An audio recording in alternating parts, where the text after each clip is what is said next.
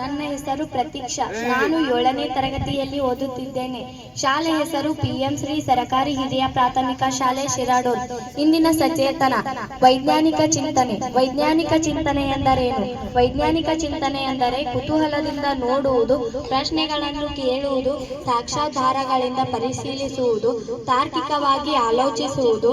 ಅಂದರೆ ಅಂಧ ನಂಬಿಕೆ ಬದಲು ಪ್ರಮಾಣ ಮತ್ತು ಪರಿಶೀಲನೆ ಆಧಾರಿತ ಚಿಂತನೆ ಮಾಡುವುದು. ಹಂತಗಳು: ಪ್ರಶ್ನೆ ಕೇಳುವುದು, ಏಕೆ, ಹೇಗೆ, ಅವಲೋಕನ, ಗಮನದಿಂದ ನೋಡುವುದು, ಅನುಮಾನ, ಕಾರಣ ಊಹಿಸುವುದು, ಪ್ರಯೋಗ, ಪರೀಕ್ಷೆ ನಡೆಸುವುದು, ನಿರ್ಣಯ, ಫಲಿತಾಂಶ ಹೇಳುವುದು.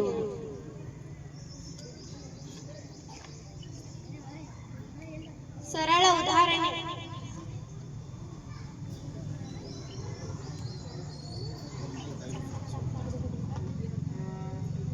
ಬಲೂನ್ನಲ್ಲಿ ಗಾಳಿ ತುಂಬಿದರೆ ಅದು ಏಕೆ ಊದುತ್ತದೆ? ನಾವು ಊಹೆ ಮಾಡುತ್ತೇವೆ. ಗಾಳಿಯ ಒಳಗೆ ಊಹಿ ಒತ್ತಡ ಸೃಷ್ಟಿಸುತ್ತದೆ. ಪರೀಕ್ಷೆ ಮಾಡುತ್ತೇವೆ. ಫಲಿತಾಂಶ ಗಾಳಿಯ ಒತ್ತಡದಿಂದ ಬಲೂನ್ ವಿಸ್ತಾರವಾಗುತ್ತದೆ. ಇದು ವೈಜ್ಞಾನಿಕ ಚಿಂತನೆಯ ಉದಾಹರಣೆ. ವೈಜ್ಞಾನಿಕ ಚಿಂತನೆಯ ಮಹತ್ವ: ಅಂಧಶ್ರದ್ಧೆ ನಿವಾರಣೆ, ಸಮಸ್ಯೆ ಪರಿಹಾರ, ಸಾಮರ್ಥ್ಯ ಹೆಚ್ಚಳ, ಸಮಾಜದ ಅಭಿವೃದ್ಧಿ, ಹೊಸ ಆವಿಷ್ಕಾರಗಳಿಗೆ ಮಾರ್ಗ. ಅಂಧಶ್ರದ್ಧೆ ಎಂದರೇನು?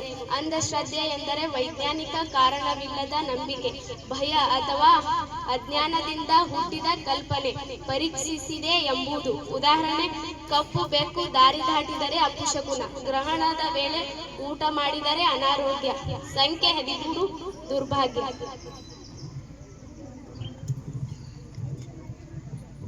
ಅಂಧಶ್ರದ್ಧೆ ನಿವಾರಣೆ ಹೇಗೆ ಸಾಧ್ಯ? ವೈಜ್ಞಾನಿಕ ಚಿಂತನೆ ಬೆಳೆಸುವುದು ಏಕೆ ಎಂದು ಪ್ರಶ್ನಿಸುವ ಅಭ್ಯಾಸ ಮಾಡಬೇಕು. ಪ್ರತಿ ನಂಬಿಕೆಗೆ ಕಾರಣ ಮತ್ತು ಸಾಕ್ಷ್ಯ ಹುಡುಕಬೇಕು. ವೈಜ್ಞಾನಿಕ ಚಿಂತನೆಗೆ ಮತ್ತೊಂದು ಪ್ರಯೋಗ.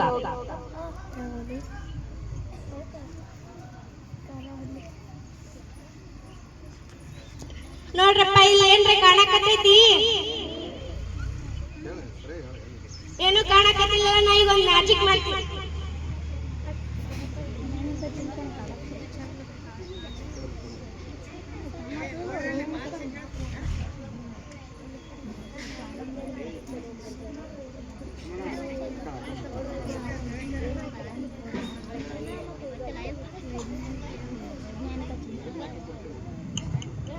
ಏನದು ಹೇಳಬೇಕು? ಏನು ತೊಗೊಂಡು ಏನು ಹಚ್ಚಲಿಕತ್ತೀನಿ ಹೇಳಬೇಕು.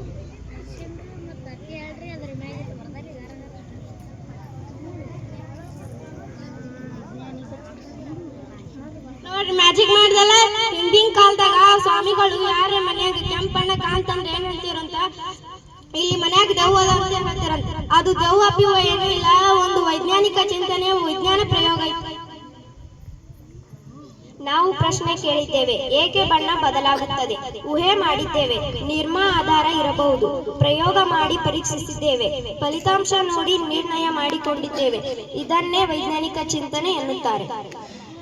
ವೈಜ್ಞಾನಿಕ ಚಿಂತನೆ ನಮ್ಮ ಜೀವನದ ಬೆಳಕು. ಇದು ಕೇವಲ ಪುಸ್ತಕದಲ್ಲಿರುವ ಪಾಠವಲ್ಲ, ನಮ್ಮ ಮನಸ್ಸನ್ನು ಬೆಳಗಿಸುವ ದೀಪವಾಗಿದೆ. ಪ್ರಶ್ನೆ ಕೇಳುವ ಧೈರ್ಯ, ಸತ್ಯವನ್ನು ಹುಡುಕುವ ಮನಸ್ಸು, ತಪ್ಪನ್ನು ಒಪ್ಪಿಕೊಳ್ಳುವ ನಿಷ್ಠೆ ಇವೆಲ್ಲವೂ ವೈಜ್ಞಾನಿಕ ಚಿಂತನೆಯ ಲಕ್ಷಣಗಳು. ಅಂಧಕಾರದಂತೆ ಇರುವ ಅಜ್ಞಾನವನ್ನು ದೂರ ಮಾಡುವ ಶಕ್ತಿ ವಿಜ್ಞಾನದಲ್ಲಿದೆ. ನಾವು ಏಕೆ ಎಂದು ಕೇಳಿದ ಕ್ಷಣದಿಂದಲೇ ಜ್ಞಾನ ಯಾತ್ರೆ ಪ್ರಾರಂಭವಾಗುತ್ತದೆ. ಭಾವನಾತ್ಮಕ ಅಂತಿಮ ಸಂದೇಶ: ಅಜ್ಞಾನ ಕತ್ತಲೆಯಾದರೆ ವೈಜ್ಞಾನಿಕ ಚಿಂತನೆ ಬೆಳಕು. ನಾವು ಬೆಳಕನ್ನು ಆರಿಸಬಾರದು. ಪ್ರತಿ ಪ್ರಶ್ನೆಯೂ ಒಂದು ದೀಪವಾಗಲಿ, ಪ್ರತಿ ಪ್ರಯೋಗವೂ ಒಂದು ಆಶೆಯಾಗಲಿ, ಪ್ರತಿ ಉತ್ತರವೂ ನಮ್ಮ ಭವಿಷ್ಯವನ್ನು ಬೆಳಗಿಸಲಿ. ಜ್ಞಾನದಿಂದ ಭಯವನ್ನು ಜಯಿಸೋಣ, ವಿಜ್ಞಾನದಿಂದ ಸಮಾಜವನ್ನು. ವೈಜ್ಞಾನಿಕ ಮನೋಭಾವವೇ ನಮ್ಮ ಶಕ್ತಿಯ ಮೂಲ. ಧನ್ಯವಾದಗಳು.